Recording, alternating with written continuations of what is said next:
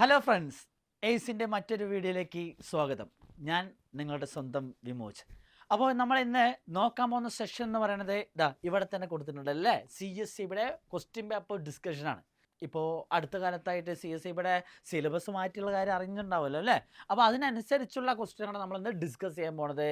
നമുക്കിന്ന് ഉഷാറാക്കണം, പൊളിക്കല്ലേ. എന്നാൽ തുടങ്ങാം അല്ലേ. ഒന്നാമത്തെ ക്വസ്റ്റ്യൻ ഒരു ഡയറക്ഷൻ്റെ ക്വസ്റ്റ്യനാണ്. അതും ക്ലോക്കുമായി ബന്ധപ്പെട്ട്, അത് ക്ലോക്ക് വൈസ് ഡയറക്ഷൻ എന്നുള്ള ലെവലിലുള്ള ഒരു ക്വസ്റ്റ്യൻ. ഇങ്ങനെ നോക്കുന്ന സമയത്ത് a man is facing west. He turns 45 degree in the clockwise direction and when another 180 degree in the same direction and then 270 degree in the anti-clockwise direction. Find which direction he is facing now എന്നാണ് ചോദിച്ചിരിക്കുന്നത്. Question ഒന്ന് pose ചെയ്ത് വെച്ച് നോക്കണം, വായിക്കണം. Okay, അപ്പോൾ നമുക്ക് ഈ ക്വസ്റ്റ്യൻ രണ്ട് രീതിക്ക് ചെയ്യാം. ആദ്യം നോർമൽ മെത്തേഡിൽ കാണിക്കാം, പിന്നെ അതിന് ശേഷം നമ്മുടെ ഷോർട്ട് കട്ട്. ഓക്കെ, അപ്പോൾ നമുക്ക് തുടങ്ങാം. അതിനെപ്പറ്റി പറഞ്ഞിരിക്കുന്ന പോയിന്റ് ഇത്രയേ ഉള്ളൂ. ഒരു ക്ലോക്ക് വൈസ് ഡയറക്ഷനെ പറ്റിയും അതുപോലെ തന്നെ ആൻറ്റി ക്ലോക്ക് വൈസ് ഡയറക്ഷനെ പറ്റിയും പറഞ്ഞത് കൊണ്ട് തന്നെ ഞാൻ ആദ്യം ഒരു ക്ലോക്ക് വരയ്ക്കണം. ആ ക്ലോക്കിൽ ഒരു ക്ലോക്ക് എന്ന് പറയുമ്പോൾ എന്തായിരിക്കും ഇവിടെ നമ്മുടെ അതിൻ്റെ മൊത്തം കോണളവ് എന്ന് പറയുന്നത്? ഒരു ക്ലോക്കിൻ്റെ കോണളവ് എന്ന് പറയുന്നത് മൊത്തം ഡിഗ്രി എന്ന് പറയുന്നത് 360 ഡിഗ്രി ആയിരിക്കും. നിങ്ങൾക്കൊക്കെ വ്യക്തമായി അറിയുന്ന കാര്യമായിരിക്കും അല്ലേ. അങ്ങനെയാണെങ്കിൽ ഇവിടെ നോക്കണം, ആ ഒരു ക്ലോക്ക്, ഒരു സൂചി ഇവിടെ നിന്ന് കറങ്ങി ഇങ്ങോട്ട് വരുമ്പോൾ അത് 360 ഡിഗ്രി എന്ന് പറയുന്നത് പോലെ തന്നെ ഒരു വ്യക്തി അതുപോലെ തന്നെ തിരിഞ്ഞ് അതേ സ്ഥലത്തേക്ക് നോക്കുമ്പോൾ 360 ഡിഗ്രി കറങ്ങിയിട്ടുണ്ടാവും. അപ്പോൾ ഒരു ക്ലോക്കിനെ ഇപ്പം നമുക്ക് ഡിവൈഡ് ചെയ്യണമെങ്കിൽ ഇത്രയേ ഉള്ളൂ. മൊത്തം ക്ലോക്കിനെ ഇതുപോലെ 4 പാർട്ടാക്കിയാൽ ഇത് 90 ഡിഗ്രി, ഇത് 90 ഡിഗ്രി, ഇത് 90, ഇത് 90, അങ്ങനെയാണ് 360 ഡിഗ്രി വരുന്നത്. ഇതിൽ ഒരു 90 ഡിഗ്രിയുടെ പകുതി എന്ന് പറയുമ്പോൾ എത്ര വരുമോടാ? ഒന്ന് പറഞ്ഞു നോക്കടാ. 45 ഡിഗ്രി. അപ്പോൾ നമുക്ക് ഈ 90ഉം ഈ 90ഉം കൂടി ചേർന്നാൽ, അതായത് ഒരു വ്യക്തി അങ്ങോട്ട് നോക്കി നിന്ന ശേഷം തിരിച്ച് റിട്ടേൺ അടിച്ച് നോക്കുന്ന സമയത്ത്, തിരിഞ്ഞു നിൽക്കുക എന്ന് പറയും, നിൽക്കുന്ന സമയത്ത് അയാൾക്ക് 180 ഡിഗ്രി കറങ്ങിയെന്ന് പറയാം. അതേ ഒരു വ്യക്തി ഒരു സൈഡിലേക്ക് മാത്രം ചരിഞ്ഞാൽ 90 ഡിഗ്രി എന്ന് പറയാം. അതേ വ്യക്തി എവിടെ നിന്ന് തിരിഞ്ഞോ അതേ റൊട്ടേഷൻ തന്നെ തിരിച്ച് അതേ ഡയറക്ഷനിൽ നോക്കുകയാണെങ്കിൽ നമുക്ക് പറയാൻ സാധിക്കും 360 ഡിഗ്രി തിരിഞ്ഞത്. അപ്പോൾ നമുക്കിവിടെ സ്റ്റാർട്ട് ചെയ്യണമെങ്കിൽ പറഞ്ഞ പോയിന്റ് ഞാൻ എടുക്കുകയാണ്. ഒരു ക്ലോക്ക് വരച്ച ശേഷം ആ ക്ലോക്കിൽ ഇതുപോലൊരു കുരിശ് പോലെ വരയ്ക്കാം. അതിനുശേഷം നേരെ മുകളിലുള്ള ഡയറക്ഷനാണ് നോർത്ത്, അതിന് താഴെയുള്ള ഡയറക്ഷൻ സൗത്ത്. അതുപോലെ തന്നെ ഈസ്റ്റും വെസ്റ്റും ഡൗട്ട് വേണ്ട. ഇങ്ങനെ ചിത്രം വരയ്ക്കുമ്പോൾ നിങ്ങളുടെ വലത് കൈയെങ്ങോ എവിടെയുണ്ടോ അതാണ് ഈസ്റ്റ്. അതിനുശേഷം അതിൻ്റെ ഓപ്പോസിറ്റ്, ഈസ്റ്റിൻ്റെ ഓപ്പോസിറ്റ് ഏതാ? വെസ്റ്റ്. ഒന്നും നോക്കാനില്ല. ഓക്കെ, അപ്പോൾ ഇവിടെ പറഞ്ഞിരിക്കുന്ന പോയിന്റ് ആദ്യം അയാൾ നോക്കി നിൽക്കുന്നത് വെസ്റ്റിലോട്ടാണ്. അപ്പോൾ വെസ്റ്റിലോട്ട് നോക്കി നിൽക്കുന്ന വ്യക്തി ആദ്യം തിരിയുന്നത് എങ്ങോട്ടാണ്? ക്വസ്റ്റ്യൻ കണ്ട സ്ഥിതിക്ക് അറിയാലോ, ക്ലോക്ക് വൈസ് ഡയറക്ഷനിലാണ്. ക്ലോക്ക് വൈസ് ഡയറക്ഷൻ പറഞ്ഞാൽ ക്ലോക്ക് എങ്ങോട്ട് തിരിയുന്നു അതാണ് ക്ലോക്ക് വൈസ് ഡയറക്ഷൻ. അപ്പോൾ ക്ലോക്ക് വൈസ് ഡയറക്ഷനിലേക്ക് എത്ര ഡിഗ്രി തിരിയുന്നു ചോദിച്ചാൽ 45 ഡിഗ്രി അല്ലേ. 45 ഡിഗ്രിയിൽ പറഞ്ഞിരിക്കണേ. അപ്പോൾ ക്ലോക്ക് വൈസ് ഡയറക്ഷൻ എന്ന് പറയുന്നത് ഇതാണ്. ഇവിടെ നിന്നും ഇവിടെ എത്തിക്കഴിഞ്ഞാൽ 90 ആണെങ്കിൽ അതിൻ്റെ പകുതി ആയിരിക്കും 45 ഡിഗ്രി. ക്ലോക്ക് വൈസ് ഡയറക്ഷനിൽ വന്നു കഴിഞ്ഞു. അങ്ങനെയാണെങ്കിൽ അതിനുശേഷം അയാൾ 180 ഡിഗ്രി സെയിം ഡയറക്ഷൻ എന്ന് പറഞ്ഞിട്ടുണ്ട്. അങ്ങനെയാണെങ്കിൽ അതേ ഡയറക്ഷനിൽ 180 ഡിഗ്രി എന്ന് പറഞ്ഞാൽ മനസ്സിലാക്കിക്കോളൂ, ഇത് നിൽക്കുന്ന എങ്ങോട്ട് നോക്കി നിൽക്കുന്നതോ അതിനെ നേരെ ഓപ്പോസിറ്റ് തിരിഞ്ഞു നിന്നാൽ അതായിരിക്കും 180 ഡിഗ്രി. ഇതാണ് 180 ഡിഗ്രി. ഈ 180 ഡിഗ്രി ഇപ്പോൾ അയാൾ നോക്കി നിൽക്കുന്നത് 180 ഡിഗ്രി തിരിഞ്ഞു. ഇപ്പോൾ നോക്കി നിൽക്കുന്നത് ഈ ഡയറക്ഷൻ്റെ ഇടയിലാണ്. അതിനുശേഷം നിങ്ങൾ ചെയ്യേണ്ട കാര്യം ഇത്രയേ ഉള്ളൂ. അതിന് ശേഷം അവർ പറഞ്ഞിരിക്കുന്ന പോയിന്റ് ആൻറ്റി ക്ലോക്ക് വൈസ് ഡയറക്ഷനിലേക്ക് 270 ഡിഗ്രി. ഇവിടെ തിരിച്ച് ആൻറ്റി ക്ലോക്ക് വൈസ് ഡയറക്ഷനിൽ 180 വന്നാൽ ഇവിടെ നിൽക്കും. അതിനുശേഷം ഒരു 90, ഒരു 45 വന്നാൽ ഇവിടെ ഉണ്ട് 90. കാരണം 180 + 90 ആണ് 270. അപ്പോൾ ഇവിടെ നിൽക്കും. അപ്പോൾ ഈ ഡയറക്ഷൻ ഇപ്പോൾ എങ്ങോട്ട് നോക്കി നിൽക്കുന്നു എന്നാണ് ചോദ്യം. സത്യം പറഞ്ഞാൽ ഇത്രയൊന്നും കഷ്ടപ്പെടേണ്ട ആവശ്യമില്ല. ജസ്റ്റ് ഒന്ന് കാണിച്ചു തന്നത് മാത്രമേ ഉള്ളൂ. നോർമൽ മെത്തേഡ് ഇത് എടുക്കേണ്ട ആവശ്യമില്ല. ഇതിനൊരു ഷോർട്ട് കട്ട് പറയണേ, ശ്രദ്ധിച്ചോട്ടാ. അപ്പോൾ ഫസ്റ്റ് ക്ലാസ് ആയതുകൊണ്ടാണ് എന്താണ് ഇവിടുത്തെ മെത്തേഡ് എന്ന്, നമ്മുടെ ഷോർട്ട് കട്ട് എന്താണെന്ന് ഫസ്റ്റ് കാണിക്കുന്നത്. അപ്പോൾ ഇവിടെ ശ്രദ്ധിച്ചോടാ. ഇവിടെ നമ്മൾ ചെയ്യാൻ പോകുന്ന കാര്യം എന്താണെന്ന് വെച്ചാൽ, ഇവിടെ 2 കുടുംബക്കാരാണുള്ളത്. ആ കുടുംബക്കാരെ വെച്ചിട്ടുള്ള ഒരു മാത്സ് ആണ് ചെയ്യാൻ പോകുന്നത്. എന്താണെന്ന് ചോദിച്ചാൽ ഇവിടെ 2 കുടുംബക്കാർ ഏതൊക്കെയാണെന്ന് ചോദിച്ചാൽ ഒന്ന് ക്ലോക്ക് വൈസ് കുടുംബവും പിന്നെ ആൻറ്റി ക്ലോക്ക് വൈസ് കുടുംബവും. ഈ 2 കുടുംബവും തമ്മിലാണ് മത്സരം. അപ്പോൾ ഈ ക്ലോക്ക് വൈസ് കുടുംബത്തിൽ ഉള്ള അംഗങ്ങളെയെല്ലാം ഇവരുടെ ചുവട്ടിലെഴുതാം. ഏതൊക്കെയാണ് അംഗങ്ങൾ? ക്ലോക്ക് വൈസ് ഡയറക്ഷനുള്ള അംഗങ്ങൾ ഏതൊക്കെയാണ്? ഒന്ന് 45 ഡിഗ്രി ഉണ്ട്, പിന്നെ നെക്സ്റ്റ് എന്താന്ന് പറഞ്ഞിരിക്കുന്നത് 180 ഡിഗ്രി ഉണ്ട്. ഇവരാണ് ക്ലോക്ക് വൈസ് കുടുംബത്തിൻ്റെ അംഗങ്ങൾ. അടുത്തത് ആൻറ്റി ക്ലോക്ക് വൈസ് കുടുംബത്തിൻ്റെ അംഗങ്ങൾ ആരൊക്കെയാ പറഞ്ഞോ? ഏതൊക്കെയാണ്? 270 ഡിഗ്രി ഉണ്ട്. അവന് വേറെ കൂടപ്പുറപ്പൊന്നുമില്ല, ആകെ ഒരൊറ്റ ആളേ ഉള്ളൂ. അപ്പോൾ നോക്കടാ, ഇത് എഴുതി. ഇനിയിപ്പം എക്സ്ട്രാ ഇനി എത്ര പേര് ആൻറ്റി ക്ലോക്ക് വൈസ് വന്നോട്ടെ എഴുതിക്കോ, ക്ലോക്ക് വൈസ് വന്നോട്ടെ എഴുതിക്കോ, പ്രശ്നമേ അല്ല. ഇത്രയേ ഉള്ളൂ. ഇത് എഴുതിയ ശേഷം ഇതൊന്ന് ആഡ് ചെയ്യാം. ഇതൊന്ന് ആഡ് ചെയ്യുമ്പോൾ ഇവിടെ 5, ഇവിടെ നമുക്ക് 4ഉം 8ഉം 12ആയി. ബാക്കി ഇതവിടെ ഇട്ടു, 225 ഡിഗ്രിന്ന് കിട്ടി. ഇനി അടുത്തത് ആൻറ്റി ക്ലോക്ക് വൈസ് നോക്കുന്ന സമയത്ത് അവിടെ കൂട്ടാൻ ആരുമില്ല. അപ്പോൾ നേരെ 270 ഡിഗ്രി കൊടുത്തില്ലടാ. കൊടുത്ത ശേഷം ഒന്നും നോക്കാനില്ല. നമ്മുടെ ഇവരുടെ വ്യത്യാസം നോക്കുക. ഈ കുടുംബക്കാരുടെ വ്യത്യാസം, ഇതിൽ ആരാണ് വലിയ കുടുംബം നോക്കിയാൽ തന്നെ അറിയണ്ടേ? Anticlockwise. അതിനാണ് ക്ലോക്ക് വൈസ് ഇവിടെ ഉണ്ട്. അപ്പോൾ ഇവരുടെ വ്യത്യാസം എടുക്കുക. 270 ഡിഗ്രി മൈനസ് 225 ഡിഗ്രി. നമ്മുടെ ഇവരുടെ വ്യത്യാസം എടുത്താൽ 45 ഡിഗ്രി എന്ന് കിട്ടും. ഇവിടെ ഏറ്റവും കൂടുതൽ എക്സാമിന് ഇതൊരു ഡയറക്ഷനിൽ വരുന്ന സമയത്ത് ഒരുപാട് പേര് ആ ടെൻഷനിൽ ചെയ്യുന്ന സമയത്ത് തെറ്റാറുണ്ട്. അപ്പോൾ അതിനുള്ള ടെക്നിക്കാണ് പറയുന്നത്. കുടുംബ പേരെഴുതി ആ കുടുംബത്തിലെ അംഗങ്ങളെ അവരുടെ ചോട്ടിൽ കൊടുത്തു, കൂട്ടി കിട്ടിയ ആൾക്കാർ തമ്മിലുള്ള വ്യത്യാസം ഞാൻ നോക്കി. ഏത് കുടുംബമാണ് വലുതെന്നറിയാം. ഒന്നുമില്ല, അതിൽ ഏറ്റവും വലിയ കുടുംബം എന്ന് പറയുന്നത് ഇവിടെ 45 ഡിഗ്രി ആൻറ്റി ക്ലോക്ക് വൈസ്. വലിയ ആളുടെ പേര് കുടുംബ പേരായി കൊടുക്കണം. ആരാണതിൽ? Anticlockwise. കിട്ടിയത് എന്ത് ഉത്തരം കിട്ടിയാലും ആരാണോ വലിയവൻ അവരുടെ പേര് കൊടുക്കുക ആൻറ്റി ക്ലോക്ക് വൈസ്. കിട്ടിയെന്ന് വിചാരിക്കണം. ആ ആൻറ്റി ക്ലോക്ക് വൈസ് കിട്ടിയ ശേഷം നിങ്ങൾ നേരത്തെ പറഞ്ഞ അതേ ക്ലോക്ക് അതേപോലെ വരച്ച ശേഷം ഡയറക്ഷൻ കൊടുക്കുക.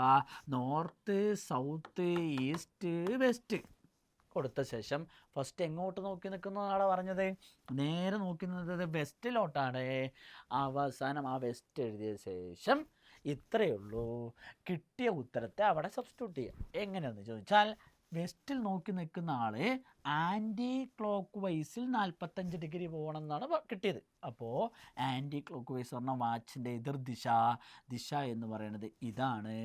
45 ഡിഗ്രി ഇതാണ്. അത് കൊടുത്തു കഴിഞ്ഞാൽ ഞാൻ നോക്കി നിൽക്കുന്ന ദിശ ഏതാണ് ചോദിച്ചാൽ സൗത്തിനും വെസ്റ്റിനും ഇടയിൽ ഏതാണ് ദിശ? ഒന്നും നോക്കാനില്ല, സൗത്ത് വെസ്റ്റ്. സെറ്റല്ലേ? പൊളിയല്ലേ? അപ്പോൾ ഇത്രയുള്ള കുടുംബ പേര് കൊടുത്തു, മെമ്പേഴ്സ്മാരെ കൊടുത്തു, കൂട്ടി വ്യത്യാസം എടുത്തു, വലിയവൻ്റെ പേര് കൊടുത്തു, നേരെ കൊണ്ട് സബ്സ്റ്റിറ്റ്യൂട്ട് ചെയ്തു. ആൻസറായി 45 ഡിഗ്രി കൊടുത്തപ്പോൾ എൻ്റെ ആൻസർ സൗത്ത് വെസ്റ്റ്. നോക്കാം ഓപ്ഷനിലില്ലേന്ന്. സെറ്റ് ചെയ്താൽ അത് രണ്ടാമത്തെ ഓപ്ഷൻ. ഒന്നും നോക്കാനില്ല, സൗത്ത് വെസ്റ്റ്. സെറ്റല്ലേ? അപ്പോൾ ഈ ഡയറക്ഷനിൽ വരുന്ന ഈ ഒരു ടഫ് ക്വസ്റ്റ്യൻ എല്ലാവർക്കും ഒരുപാട് തെറ്റാറുണ്ട്. ആ തെറ്റാതെ ഇനി അടുത്ത എക്സാം മുതൽ പൊളിച്ചടിക്കുക. ഓക്കെ, നെക്സ്റ്റ് ക്വസ്റ്റ്യനിലേക്ക് കയറാം. Next question, yes, ratio and proportion എന്നുള്ള ചാപ്റ്ററിൽ വരുന്ന നല്ലൊരു ക്വസ്റ്റ്യൻ. ഇത്രേ ഉള്ളൂ. A purse contains coins of 2 rupees, 1 rupees, 50 paise, 25 paise in the ratio 1:2:4:8. If the total amount is 600, ശ്രദ്ധിക്കണം, 600 രൂപ, then the number of 25 paise coins എന്നാണ് ചോദ്യം. എത്ര 25 പൈസ കോയിൻസ് ഉണ്ട് അതാണ് കാണേണ്ടത്. അപ്പോൾ നമുക്കിത് തുടങ്ങാം അല്ലേ? ഇവിടെ നോക്കടാ, ഇപ്പോൾ കുറേ പിള്ളേർ ചെയ്യുന്നൊരു തെറ്റുണ്ട്. ഈ അംശബന്ധം വെച്ചിട്ട് ഈ 600 രൂപ ഡിവൈഡ് ചെയ്ത് കൊടുക്കും. നിങ്ങളുടെ ഐഡിയ പറഞ്ഞുതരാം. 8, 4, 2, 1 കൂടി കൂട്ടിയാൽ 15 എന്ന് കിട്ടും. ആ 15 റേഷ്യോയിൽ 25 പൈസയുടെ റേഷ്യോ എന്ന് പറയുന്നത് 8 ഇൻറ്റു 600 എന്ന് കൊടുക്കില്ലേ? ഇങ്ങനെ കൊടുത്താൽ കിട്ടുന്ന ആൻസർ പേടിക്കേ വേണ്ട, ഓപ്ഷനിലുണ്ട്. അപ്പോൾ ഇത് എഴുതിയാൽ മാർക്കും കിട്ടില്ല, ജോലിയും കിട്ടില്ല. അപ്പോൾ ഇത് വേണമെങ്കിൽ ഇവിടെ ശ്രദ്ധിക്കേണ്ട കാര്യം, ഇത് തന്നിരിക്കുന്നത് എണ്ണത്തിൻ്റെ അംശബന്ധവും ഇവിടെ തന്നിരിക്കുന്നത് രൂപയാണ്. അപ്പോൾ ഇതിനെല്ലാം ഒരേ തറാസിൽ കൊണ്ടുവരണം. അതെങ്ങനെ കൊണ്ടുവരാൻ നോക്കാം. ഇതിന് നമ്മൾ ഫസ്റ്റ് ചെയ്യുന്ന കാര്യം ഇത്രയുള്ള തന്ന റേഷ്യോ എടുത്ത് എഴുതി. എങ്ങനെ എഴുതാം? 1:2 2:4:8. ഓക്കെ അല്ലേ? ഇത് എണ്ണത്തിൻ്റെ അംശബന്ധമാണ്. അടുത്തത് തന്നത് ഏതൊക്കെയായിരുന്നു? നമുക്ക് റുപ്പീസ് ഏതൊക്കെയായിരുന്നു? 1 rupee, 2 rupee. അപ്പോൾ 2 റുപ്പീസ് അതിൻ്റെ മുകളിൽ എഴുതിക്കോ കേട്ടോ. ഫസ്റ്റ് രൂപയുടെ എഴുതിയാൽ മതി. ഇവിടെ 2 റുപ്പീസ്, 1 റുപ്പീസ്, 50 പൈസ, 25 പൈസ. അതിൻ്റെ എണ്ണത്തിൻ്റെ അംശബന്ധം ഞാൻ താഴെ എഴുതി. ആദ്യം പൈസ ഏതൊക്കെ കയ്യിൽ കോയിൻസ് ഉണ്ടോ അത് കൊടുത്തു, അതിനുശേഷം എണ്ണത്തിൻ്റെ അംശബന്ധം കൊടുത്തു, ഒന്നുമില്ല ഒരു വരട്ട് ശേഷം എടാ ഞാനൊരു കാര്യം ചോദിച്ചോട്ടെ, 2 രൂപ ഒരെണ്ണം ഉണ്ടെങ്കിൽ വാല്യൂ എത്രയായിരിക്കും? 2 രൂപയുടെ വാല്യൂ അല്ലേ ഉണ്ടാവുള്ളൂ. ഇവിടെ നോക്കടാ, ഇത് മൊത്തം ഞാൻ രൂപയിലേക്ക് ആക്കുകയാണ് കേട്ടോ. ഈ അംശബന്ധത്തെ രൂപയിലാക്കിയാലാണ് നമുക്ക് ഈ രൂപ ഡിവൈഡ് ചെയ്യാൻ പറ്റുള്ളൂ. ഇവിടെ നോക്കണം, ഇവിടെ പറഞ്ഞേക്കുന്നത് 1 രൂപ 2 എണ്ണം വെച്ചുണ്ടാവും എന്നാണ് പറയുന്നത്. അപ്പോൾ അങ്ങനെയാണെങ്കിൽ 1 രൂപ 2 എണ്ണം ആണെങ്കിൽ എത്ര വാല്യൂ വരും? 2 രൂപയുടെ വാല്യൂ വരും. 50 പൈസ 4 എണ്ണം ഉണ്ടെങ്കിൽ എത്ര വാല്യൂ വരും? 50 പൈസ 4 എണ്ണമെങ്കിൽ അതും 2 രൂപയുടെ വാല്യൂ ഉണ്ടാവും. 25 പൈസ 8 എണ്ണം ഉണ്ടെങ്കിലോ 8 25 പൈസകൾ ചേർന്നാൽ എത്ര വരും ചോദിച്ചാൽ അതും 2 രൂപയുടെ വാല്യൂ ഉണ്ടാവും. എന്തിനാണ് ഞാൻ ഈ അംശബന്ധം ആക്കിയെന്ന് ചോദിച്ചാൽ ഒരൊറ്റ കാരണമുള്ളൂ, ഇവിടെ തന്നിരിക്കുന്ന രൂപയാണ്. അപ്പോൾ രൂപ നോക്കടാ, ഞാനിപ്പോൾ ആ പേഴ്സിന്ന് 2 2 2 2 മൊത്തം 8 രൂപ എടുത്താൽ, ഇത്രയേ ഉള്ള 8 രൂപ എടുത്താൽ അതിൽ എത്ര 25 പൈസകൾ ഉണ്ടാവുമെന്ന് ചോദിച്ചാൽ 8 രൂപ എടുത്താൽ 8 25 പൈസ. ഇപ്പോൾ എത്രയാണ്? 8 രൂപ ഞാൻ അതിൽ നിന്ന് എടുത്താൽ അതിൽ എത്ര 50 പൈസ ഉണ്ടാവും ചോദിച്ചാൽ ഒന്നും നോക്കാനില്ല, 4 എണ്ണം. 8 രൂപ എടുത്താൽ ആ ഒരു കണക്കുണ്ടെങ്കിലാണ് 600 രൂപയ്ക്ക് കൃത്യമായിട്ട് ഈ അംശബന്ധം വരാൻ പറ്റുള്ളൂ. അതാണ് നിങ്ങൾ മനസ്സിലാക്കേണ്ടത്. ഇവിടെ കൂടെ 1 രൂപ എത്ര ഉണ്ടാവും ചോദിച്ചാൽ 2 എണ്ണം ഉണ്ടാവണം. അപ്പോൾ എൻ്റെ ചോദ്യം എത്ര ഉള്ളൂ? 8 രൂപ എടുത്താൽ എത്ര 25 പൈസ ഉണ്ട് ചോദിച്ചാൽ 8 എണ്ണം. അതെടുത്ത് എഴുതി. ആ പേഴ്സിൽ നിന്ന് 8 രൂപ എടുത്താൽ 8 എണ്ണം. ഈ കിട്ടിയ വാല്യൂ ഇവിടെ കൊടുക്കുക. അങ്ങനെയാണെങ്കിൽ എൻ്റെ ചോദ്യം 600 രൂപയിലെ എത്ര എണ്ണം ഉണ്ടാവുമെന്നാണ് ചോദ്യം. തന്നത് ഞാൻ എഴുതി, കാണേണ്ടത് ഞാൻ എഴുതി. Just cross multiplication. വേണം. ഒന്നില്ലെങ്കിൽ ഈ പെയറായിട്ടുള്ളവന് ഗുണിച്ചിട്ട് ഈ പെയറായിട്ടുള്ളവന് ഗുണിക്കുക. 600 × 8 ജോഡിയുള്ളവനെ ഗുണിക്കുക, ഡിവൈഡഡ് ബൈ ഒറ്റയ്ക്കുള്ളവനെ താഴെ ഹരിക്കാൻ കൊടുക്കുക. എപ്പോഴും ഈ മെത്തേഡ് ചെയ്യുമ്പോൾ ഉള്ള മെത്തേഡ് എന്താണെന്ന് ചോദിച്ചാൽ ജോഡിയായിട്ടുള്ളവനെ ഗുണിക്കുക, ഒറ്റയ്ക്കുള്ളവനെ ഹരിക്കുക. ഇതും വെട്ടിപ്പോയി. എൻ്റെ ആൻസർ 600. ആൻസർ ഇല്ലേ? Option B. തന്നത് ശ്രദ്ധിക്കുക. ആദ്യം ഞാൻ രൂപ എഴുതി, പിന്നെ എണ്ണത്തിൻ്റെ അംശബന്ധം എഴുതി, മൊത്തം രൂപയിലേക്ക് മാറ്റി. 8 രൂപ എടുത്താൽ 8 എണ്ണം. 600 രൂപയിൽ എത്ര എണ്ണം കിട്ടി? എത്രയേ ഉള്ളൂ? ജസ്റ്റ് ക്രോസ് മൾട്ടിപ്ലൈ ചെയ്തു, ആൻസറായി. അങ്ങനെയാണെങ്കിൽ എൻ്റെ ചോദ്യത്തിലൂടെ ഇതിൽ എത്ര 50 പൈസകൾ ഉണ്ടാവുമെന്ന് യൂട്യൂബിൽ നിങ്ങൾ കമൻറ്റ് ചെയ്യണം. നമ്മുടെ ചാനലിൽ കമൻറ്റ് ചെയ്യുക. കമൻറ്റ് ചെയ്യില്ലേ? തങ്ങളാണ് ഉഷാർ. അപ്പോൾ അടുത്ത നെക്സ്റ്റ് ക്വസ്റ്റിനിലേക്ക് കയറാം കേട്ടോ. വീഡിയോ അതുപോലെ തന്നെ കാണുന്ന സമയത്ത് എന്തെങ്കിലും ഡൗട്ട് ഉണ്ടെങ്കിൽ പോസ് ചെയ്ത് ഒന്നും കൂടി അല്ലെങ്കിൽ റിപ്പീറ്റ് അടിച്ചൊന്ന് കാണാം. ക്വസ്റ്റ്യനൊക്കെ നന്നായിട്ടൊന്ന് പോസ് ചെയ്ത് വായിച്ച് നോക്കുക. Okay, set. നെക്സ്റ്റ് ക്വസ്റ്റ്യനിൽ നോക്കാം കേട്ടോ. നെക്സ്റ്റ് ക്വസ്റ്റ്യൻ എന്ന് പറയുന്നത് by selling an article for ₹360 a shopkeeper gains 20%, അത് 20%. ഫൈൻഡ് ഹിസ് CP എന്ന് മീൻസ് ഇത്രടാ. ഈ പ്രോഫിറ്റ് ആൻഡ് ലോസ് എന്നുള്ള ചാപ്റ്ററിൽ CP എന്ന് പറഞ്ഞാൽ കോസ്റ്റ് പ്രൈസ്, SP എന്ന് പറഞ്ഞാലോ, SP പറഞ്ഞാൽ നമ്മുടെ സൂപ്രണ്ട് പോലീസ് അല്ല, SP എന്ന് പറഞ്ഞാൽ സെല്ലിംഗ് പ്രൈസ്, MP എന്ന് പറഞ്ഞാലോ മെമ്പർ ഓഫ് പാർലമെൻറ്റ് അല്ല, എന്താണ് മാർക്കറ്റ് പ്രൈസ് അല്ലേ, മാർക്കറ്റ് പ്രൈസ്. ഓക്കെ, അപ്പോൾ ഇവിടെ ശ്രദ്ധിച്ചാൽ ഇവിടെ തന്നിരിക്കുന്ന കാര്യം, ഒരു വസ്തു വിറ്റപ്പോൾ 20% ലാഭം കിട്ടി. ഒരൊറ്റ കാര്യം എനിക്ക് നിങ്ങളോട് പറയാനുള്ളൂ, നമ്മുടെ കയ്യിലുള്ള വസ്തുവിൻ്റെ വാല്യൂ എത്രയെന്ന് ചോദിച്ചാൽ അത് 100% അല്ലേ. നമ്മുടെ എന്ത് വസ്തു തന്നെ ഇരുന്നോട്ടെ അത് 100%. ആ 100% വസ്തു നമുക്ക് 100% വിറ്റുന്നിരിക്കട്ടെ, നമുക്ക് ലാഭം കിട്ടുമോ? കിട്ടില്ല. കിട്ടണമെങ്കിൽ 100-നേക്കാൾ കൂടുതൽ വിൽക്കണ്ടേ എന്നാലേ ലാഭം കിട്ടുള്ളൂ. അപ്പോൾ അതേപോലെ തന്നെ നഷ്ടം സംഭവിക്കണമെങ്കിലോ 100%-ത്തേക്കാൾ കുറവ് വിൽക്കണം. അപ്പോൾ നോക്കടാ, ഇവർ പറഞ്ഞിരിക്കണ പോയിന്റ് ചില പിള്ളേർ എന്ത് ചെയ്യുന്നു പറഞ്ഞാൽ ഈ 360ൻ്റെ 20% എടുക്കും. എടുത്തിട്ട് അത് 72 കിട്ടും. അത് നിങ്ങളുടെ കുറച്ച് കഴിഞ്ഞാൽ അത് ലാഭം കുറച്ച് കഴിഞ്ഞാൽ നമ്മുടെ പഴയ കോസ്റ്റ് പ്രൈസ് വാങ്ങിയ വില കിട്ടില്ലേ എന്ന് തോന്നും. അങ്ങനെ തോന്നിക്കഴിഞ്ഞാൽ അതിൻ്റെ ഓപ്ഷൻ ഇതിൽ തന്നെ ഉണ്ട്, ബി ഓപ്ഷൻ 288. അപ്പോൾ അപ്പോൾ ദയവായിട്ട് അങ്ങനെ ചെയ്യാതിരിക്കുക. ഇവിടെ നോക്കേണ്ട കാര്യം, നമ്മൾ വിറ്റു, കയ്യിൽ നിന്ന് പോയി 20 ലാഭം കിട്ടി. അപ്പോൾ ഫസ്റ്റ് പറയണ, ഒന്നും കൂടി പോയിന്റ് പറയണേ, 100% നമ്മുടെ കയ്യിലുള്ള വസ്തു എത്ര ശതമാനമാണ്? 100%. ലാഭം കിട്ടണമെങ്കിൽ 100-നേക്കാൾ വെക്കണം, നഷ്ടം പറ്റണമെങ്കിൽ 100-നേക്കാൾ കുറച്ച് വെക്കണം അല്ലേ? അതിനെ ഞാൻ ചോദിക്കട്ടെ, 30% ലാഭം കിട്ടി.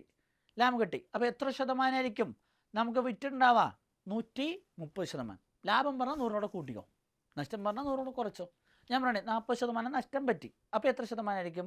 60% 20% ലാഭം കിട്ടി, അപ്പോൾ എത്ര ശതമാനമായിരിക്കും? 120% 120% എന്ന് പറയണതാണ്. കാരണം 100 വിറ്റാൽ എനിക്ക് ലാഭമില്ല, ലാഭം കിട്ടണമെങ്കിൽ 120 വെക്കണം.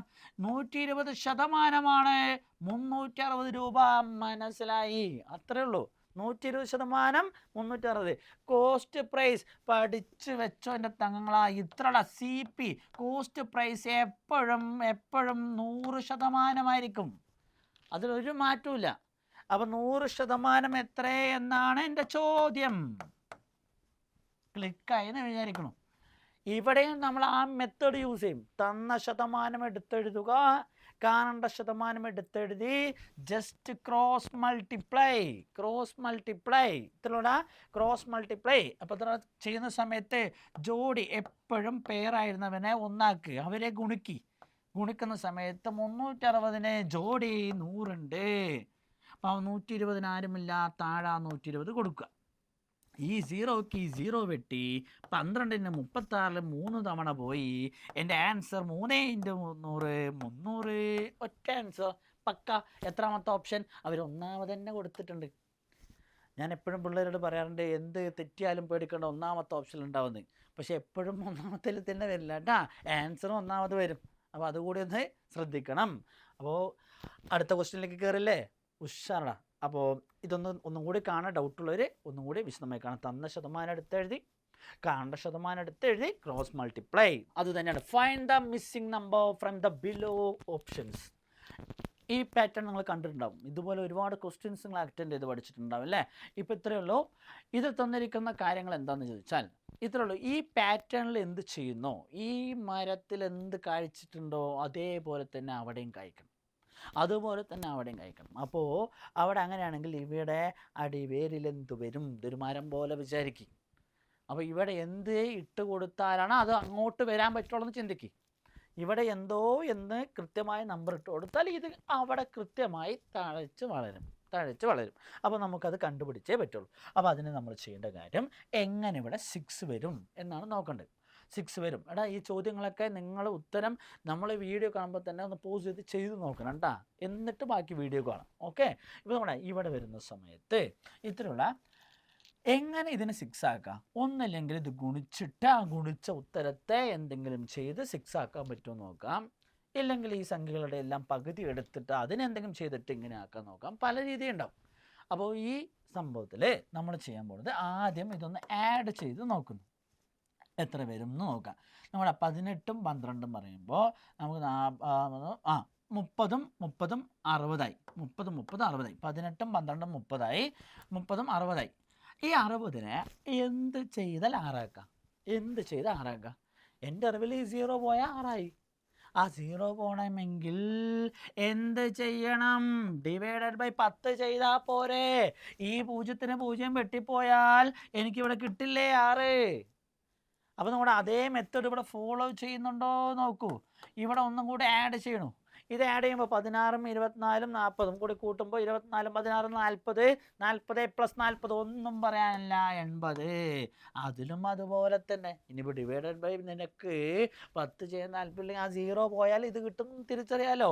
നോക്കടാ, ഇതിന് എന്ത് ചെയ്താൽ 8ആക്കാം? 10 കൊണ്ട് ഡിവൈഡ് ചെയ്താൽ 8ആക്കാം. സെറ്റ്. അങ്ങനെയാണെങ്കിൽ ആ മെത്തേഡ് വഴി ഇവിടെ ചെയ്യുമ്പോൾ ഓപ്ഷനിലുണ്ടാകും നോക്കാം. ഇപ്പോൾ 45ഉം 18ഉം 27ഉം എല്ലാം കൂടി കൂട്ടുന്ന സമയത്ത് നമുക്ക് കൃത്യമായിട്ട് 18ഉം 27ഉം കൂടി കൂട്ടുമ്പോൾ 45. ഓക്കെ, മൊത്തത്തിൽ കൂട്ടുന്ന സമയത്ത് 90 എന്ന് കിട്ടുന്നുണ്ട്. കിട്ടുന്നില്ലേ? ആ 90നെയും ഇവിടെ എന്ത് ചെയ്തോ, ഇതെല്ലാം ഒരേ കുടുംബത്തിലെ മരങ്ങളാണ്. ഇവർക്ക് എന്തിട്ട് കൊടുക്കുന്നു അതുപോലെ തന്നെ അവിടെയും കൊടുക്കണം. അതേപോലെ തഴച്ചു വളരും. അപ്പോൾ അവിടെ അതേ 10 കൊണ്ട് ഡിവൈഡ് ചെയ്തപ്പോൾ കിട്ടി തങ്ങളായ ആൻസർ 9. 9 ഓപ്ഷനിലില്ലേ? ഓപ്ഷൻ ഈ വട്ടം ബി ഓപ്ഷനാണ്. ഇത്രയുള്ള ഈ വട്ടം ബി ഓപ്ഷനാണ്. അപ്പോൾ ആൻസർ 9. CSEBയിലെ ജോലി വാങ്ങുക, തകർക്കുക എന്നുള്ള ഒറ്റ ലക്ഷ്യമുള്ളവർ നമ്മുടെ ചാനൽ സബ്സ്ക്രൈബ് ചെയ്തിട്ട് കട്ടയ്ക്ക് സപ്പോർട്ട് ചെയ്യണം. ഒരുപാട് ക്വസ്റ്റ്യൻസ് നമുക്ക് ഇനി ഡിസ്കസ് ചെയ്യാനുണ്ട്. സെറ്റല്ലേ? കൂടെ ഉണ്ടാവില്ലേ? ഉറപ്പ് ഉണ്ടാവുന്നതിന് ഉറപ്പാണ്. അടുത്തത് ട്രെയിനുമായി ബന്ധപ്പെട്ട ചോദ്യം. Time, distance, speed. അതിൻ്റെ കുട്ടി അനിയൻ ട്രെയിൻ. ആ അനിയനാണ് ഇത്തിരി കൂടി ഡേഞ്ചർ. അത് വെച്ച് നോക്കുന്ന സമയത്ത് ഇതിലെ ചോദ്യം ആ ട്രെയിനിൽ തന്നെ നല്ലൊരു സൂപ്പർ ചോദ്യമാണ്. ഒരുപാട് എക്സാമിന് വന്നിട്ടുണ്ട്. നമുക്ക് തന്നെ പലപ്പോഴും തെറ്റിയിട്ടുള്ളൊരു ക്വസ്റ്റ്യൻ കൂടിയാണ്. അപ്പോൾ ശ്രദ്ധിക്കുക. ഇതിൽ ആദ്യം എനിക്ക് പറയാനുള്ള കാര്യം, ഒറ്റ കാര്യം, ട്രെയിൻ എന്നുള്ള സംഭവത്തിൽ ഒരു ട്രെയിൻ ഒരു പോസ്റ്റിനെയോ ഒരു മരത്തെയോ ഒരു വ്യക്തിയെയോ മറികടക്കണമെങ്കിൽ ട്രെയിനിൻ്റെ ലെങ്ത്ത് മാത്രം മറികടന്നാൽ മതി. നോക്കട്ടെ, ഇതിപ്പോൾ ഒരു മരമാണ് ഇരിക്കട്ടെ. ഈ ഒരു മരത്തെ ട്രെയിൻ പാസ് ചെയ്ത് പോകാൻ ഈ ട്രെയിനിൻ്റെ നീളം മാത്രം മറികടന്നാൽ പോരെ. അപ്പോൾ അത് ആദ്യം മനസ്സിലാക്കുക. ആ ചാപ്റ്റർ വ്യക്തമായിട്ടൊന്ന് ഐഡിയ വെച്ചിരിക്കണം. ഇവിടെ നോക്കണം. അതേപോലെ തന്നെ ഒരു ട്രെയിൻ ഒരു ബ്രിഡ്ജ് നിൽക്കട്ടെ. ഒരു ബ്രിഡ്ജിനെ ഒരു ട്രെയിൻ പാസ് ചെയ്യണം. ഒരു ട്രെയിൻ പാസ് ചെയ്യണം. ഇപ്പോൾ ഈ ഒരു ബ്രിഡ്ജ്, ഇതൊരു ബ്രിഡ്ജാന്ന് ഇരിക്കട്ടെ. 200 മീറ്റർ ഉണ്ട്. ഈ ട്രെയിൻ 300 മീറ്റർ ഉണ്ടെങ്കിൽ ഈ ബ്രിഡ്ജിനെ പാസ് ചെയ്യണമെങ്കിൽ ഇത് തൊട്ട് ഇതുവരെ എത്തി ഇങ്ങോട്ട് എത്തിയാലല്ലേ നമുക്ക് പാസ് ചെയ്തു എന്ന് പറയാൻ പറ്റുള്ളൂ. അപ്പം മൊത്തം ഒരു ട്രെയിൻ എത്ര പാസ് ചെയ്യണം? ബ്രിഡ്ജിൻ്റെ നീളത്തെയും ട്രെയിനിൻ്റെ നീളത്തെയും ഇത് രണ്ടും പാസ് ചെയ്താലാണ് പാസ് ചെയ്ത് പറയാൻ പറ്റുള്ളൂ. അപ്പം 300ഉം 200ഉം 500 മീറ്ററായി. അപ്പോൾ ആ ഒരു മൈൻഡുള്ള ഒരു വ്യക്തിക്ക് ഇത് ചെയ്യാൻ ഈസിയാണ്. കാണുമ്പോൾ നിറയെ ടഫ്, ചിലവർ എക്സൊക്കെ ഇട്ട് അങ്ങനെ ഇട്ട് തകർത്ത് അതൊന്നും വേണ്ട. ഇവിടെ ശ്രദ്ധിച്ചാൽ ഇവർ പറഞ്ഞ പോയിന്റ് എടുക്കണം. ഒരു A train clears a platform 200 meter long in 15 seconds. ഒരു പ്ലാറ്റ്ഫോമിന് മറികടക്കണമെങ്കിൽ 15 സെക്കൻഡ് വേണം. അതേ ട്രെയിൻ തന്നെ ഒരു ടെലിഫോൺ പോസ്റ്റ് മറികടക്കണമെങ്കിൽ 10 സെക്കൻഡ് മതി. അവിടെയാണ് പോയിന്റ്. ഇവിടെ ആദ്യം നമ്മളോട് ചോദിച്ചെന്താണ്? Length of the train. Length എന്ന് പറയുമ്പോൾ ട്രെയിൻ എന്ന ചാപ്റ്ററിലെ ഡിസ്റ്റൻസ് ആണ് കാണാൻ ഉദ്ദേശിക്കുന്നത്. ഡിസ്റ്റൻസ് ഈക്വൽ ടു പറഞ്ഞടാ. ഡിസ്റ്റൻസ് എങ്ങനെ കാണണം? Time into speed. Time into speed. Time ഉണ്ടോ? ഉണ്ട്. 2 ടൈം ഉണ്ട്. പക്ഷെ സ്പീഡ് ഉണ്ടോ? സ്പീഡ് കയ്യിലില്ല. ഇപ്പോൾ നമ്മളൊരു പാസ്പോർട്ട് എടുക്കണമെങ്കിൽ അവിടെ നമുക്ക് ആധാർ കാർഡ് മുതൽ ഒരുപാട് ഡീറ്റെയിൽസ് കൊടുക്കേണ്ടി വരും. അപ്പോൾ ഏതെങ്കിലും ഒന്നില്ലെങ്കിൽ നമ്മൾ എടുക്കാൻ പോവില്ലേ? അതുപോലെ ഇവിടെ സ്പീഡ് കാണാൻ പോവുകയാണ്. സ്പീഡ് ഉണ്ടെങ്കിലേ ഇത് കാണാൻ പറ്റുള്ളൂ. സ്പീഡ് കാണണമെങ്കിൽ എന്തൊക്കെ വേണടാ? പറഞ്ഞോ. Distance divided by time. അപ്പോൾ ഇത് കാണാൻ നമ്മൾ ഇറങ്ങി പുറപ്പെടും. എന്തൊക്കെ വേണം? ഡിസ്റ്റൻസ് വേണം, ടൈം വേണം. ഇതുണ്ടെങ്കിൽ സ്പീഡ് കിട്ടി. അപ്പോൾ അത് കിട്ടാൻ വേണ്ടിയിട്ട് ഞാൻ ഈ പോയിൻ്റ് ഒന്ന് കൃത്യമായി വായിക്കുകയാണ്. വായിച്ചാലേ കിട്ടുള്ളൂ. എന്താണെന്ന് ചോദിച്ചാൽ, ഒരു ട്രെയിന് ഒരു പ്ലാറ്റ്ഫോം മറികടക്കണമെങ്കിൽ 15 സെക്കൻഡ്. അത് 200 മീറ്ററുള്ള പ്ലാറ്റ്ഫോം. അതേ ട്രെയിന് ടെലിഫോൺ പോസ്റ്റ്. ഒരു ടെലിഫോൺ പോസ്റ്റ് മറികടക്കുക പറഞ്ഞാൽ ട്രെയിനിൻ്റെ ലെങ്ത്ത് മാത്രം മറികടന്നാൽ പോരെ. അതിന് എത്ര സെക്കൻഡ് വേണം? 10 സെക്കൻഡ് മതി. ഇതാണ് അവർ പറഞ്ഞ പോയിന്റ്. ഒരു ട്രെയിന് ടെലിഫോൺ പോസ്റ്റ് മാത്രം കടക്കാൻ പറയുമ്പോൾ ട്രെയിനിൻ്റെ ലെങ്ത്ത് മാത്രം കടന്നാൽ മതി. അതിനാണ് 10 സെക്കൻഡ്. അതേ ട്രെയിൻ, അതേ ലെങ്ത്തുള്ള ട്രെയിൻ 200 മീറ്റർ നീളമുള്ള ബ്രിഡ്ജിനെ കടക്കാൻ 15 സെക്കൻഡ്. അപ്പോൾ ഏതിൻ്റെയൊക്കെ നീളം മറികടക്കണം? ട്രെയിനിൻ്റെ ലെങ്ത്ത് പ്ലസ് അതേപോലെ തന്നെ നമുക്ക് നോക്കുകയാണെങ്കിൽ ബ്രിഡ്ജിൻ്റെ ലെങ്ത്തും കൂടി കടക്കാനാണ് 15 സെക്കൻഡ്. മൈൻഡ് വയ്ക്കുക. ട്രെയിനിൻ്റെ ലെങ്ത്ത് മാത്രം കടക്കാൻ 10 സെക്കൻഡ്. ട്രെയിനിൻ്റെ ലെങ്ത്തിൻ്റെ കൂടെ ബ്രിഡ്ജിൻ്റെ ലെങ്ത്ത് കൂടി കടക്കാൻ 15 സെക്കൻഡ്. അപ്പോൾ ഇവിടെ ബ്രിഡ്ജിൻ്റെ ലെങ്ത്ത് തന്നിട്ടില്ലേ? എത്രയാണ്? ട്രെയിനിൻ്റെ ലെങ്ത്ത് എനിക്കറിയില്ല. ബ്രിഡ്ജിൻ്റെ ലെങ്ത്ത് 200 മീറ്റർ. നമ്മൾ ടഫ് ക്വസ്റ്റ്യൻ മാത്രമേ നന്നായിട്ട് ശ്രദ്ധിക്കുള്ളൂ കേട്ടോ. 200 മീറ്റർ. അപ്പോൾ ശ്രദ്ധിക്കണ, ട്രെയിനിൻ്റെ ലെങ്ത്ത് കിടക്കാൻ 10 സെക്കൻഡ്, ട്രെയിനിൻ്റെ ലെങ്ത്തിന് കൂടെ 200 മീറ്റർ ബ്രിഡ്ജ് കിടക്കാൻ 15 സെക്കൻഡ്. അപ്പോൾ ഈ എക്സ്ട്രാ 5 സെക്കൻഡ് എന്തിനെടുക്കുന്നതായിരിക്കും നോക്കടാ. ട്രെയിനിൻ്റെ ലെങ്ത്ത് കടക്കാൻ 10 സെക്കൻഡ്, ട്രെയിനിൻ്റെ ലെങ്ത്തിൻ്റെ കൂടെ 200 മീറ്റർ കടക്കാൻ 15 സെക്കൻഡ് ആണെങ്കിൽ എക്സ്ട്രാ ഈ 5 സെക്കൻഡ് എന്തിനെടുക്കുന്നതാണ്? ആ 200 മീറ്റർ കടക്കാനല്ലേ. 200 മീറ്റർ കടക്കാനല്ലേ. 5 സെക്കൻഡിൽ 200 മീറ്റർ കടക്കുകയാണെങ്കിൽ ഒരു സെക്കൻഡിൽ എത്ര കടക്കുന്ന അറിയാൻ പറ്റില്ലേ? നമുക്ക് സ്പീഡ് എന്ന് പറയുന്നത് 2 യൂണിറ്റാണുള്ളത്. ഒന്ന് km/h, പിന്നൊന്ന് വന്നിട്ട് m/s. അങ്ങനെയാണെങ്കിൽ ഒരു സെക്കൻഡിൽ എത്ര മീറ്റർ കിടക്കുന്നത് കണ്ടുപിടിച്ചൂടെ? നോടാ, 200 മീറ്റർ കിടക്കാനാണ് എക്സ്ട്രാ 5 സെക്കൻഡ് എടുക്കുന്നത് അല്ലേ? അപ്പോൾ ഇതൊന്ന് നോട്ട് ചെയ്ത് വെക്ക്. നെക്സ്റ്റ് ഞാനൊന്ന് കാണിക്കുന്നുണ്ട് ഈ പേജിൽ. ഇവിടെ നോടാം. അപ്പോൾ ഇത്രടാ, ട്രെയിനിൻ്റെ ലെങ്ത്ത് കടക്കാൻ 10 സെക്കൻഡ്, ട്രെയിനിൻ്റെ ലെങ്ത്ത് പ്ലസ് 200 മീറ്റർ കടക്കാൻ 15 സെക്കൻഡ് ആണെങ്കിൽ എക്സ്ട്രാ 5 സെക്കൻഡ് എന്തിനാണെന്ന് ചോദിച്ചാൽ എല്ലാവർക്കും പറയാൻ പറ്റും 200 മീറ്റർ കടക്കാനാണ്. 200 മീറ്റർ 5 സെക്കൻഡ് കിടക്കണമെങ്കിൽ ഒരു സെക്കൻഡിൽ എത്രയെന്ന് ചോദിച്ചാൽ നമുക്ക് സിമ്പിളായി ചെയ്യാം. 200 ഡിവൈഡഡ് ബൈ 5, 40 മീറ്റർ. 40 മീറ്റർ. ഒരു സെക്കൻഡിൽ 40 മീറ്റർ പറഞ്ഞാൽ അതിൻ്റെ സ്പീഡ് കിട്ടി 40 metre per second. 40 metre per second speed കിട്ടി. ഇത്രയൊന്നും ചെയ്യേണ്ട ആവശ്യമില്ല, ഒട്ടിങ്ങ് ചിന്തിച്ചാൽ മതി. 200 മീറ്ററിന് 5 സെക്കൻഡ് ആണെങ്കിൽ ഒരു സെക്കൻഡിൽ എത്ര വെച്ചാൽ 40 മീറ്റർ. ഇനി അതിൽ കൊണ്ട് സബ്സ്റ്റിറ്റ്യൂട്ട് ചെയ്യണം. എങ്ങനെയെന്ന് വെച്ചാൽ ഇത്രയുള്ള പറഞ്ഞ പോയിന്റ് എനിക്കിനി ഡിസ്റ്റൻസ് കാണണമെങ്കിൽ ടൈമിൻ്റെ സ്പീഡ് കിട്ടി 40.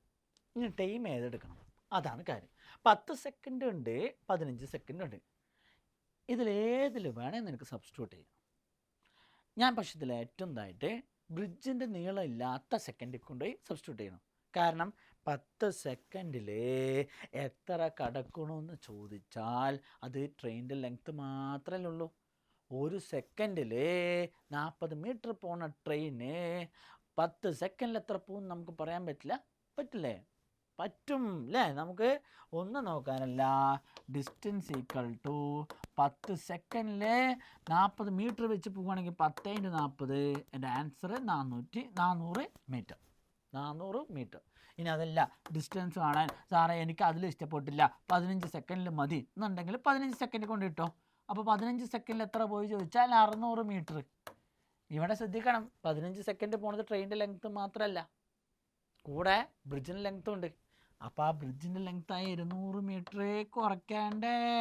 കുറച്ച് കഴിഞ്ഞാൽ ഒന്നും നോക്കാനില്ല, എൻ്റെ ആൻസർ ഒരേ ഒരു ആൻസർ 400 മീറ്റർ ഉഷാറ്. കിട്ടിയില്ല ഞങ്ങളാ? ഇത്രയേ ഉള്ളൂ.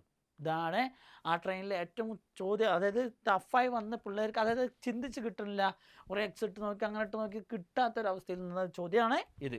അപ്പോൾ ഇത് മനസ്സിലാക്കി വെക്കുക.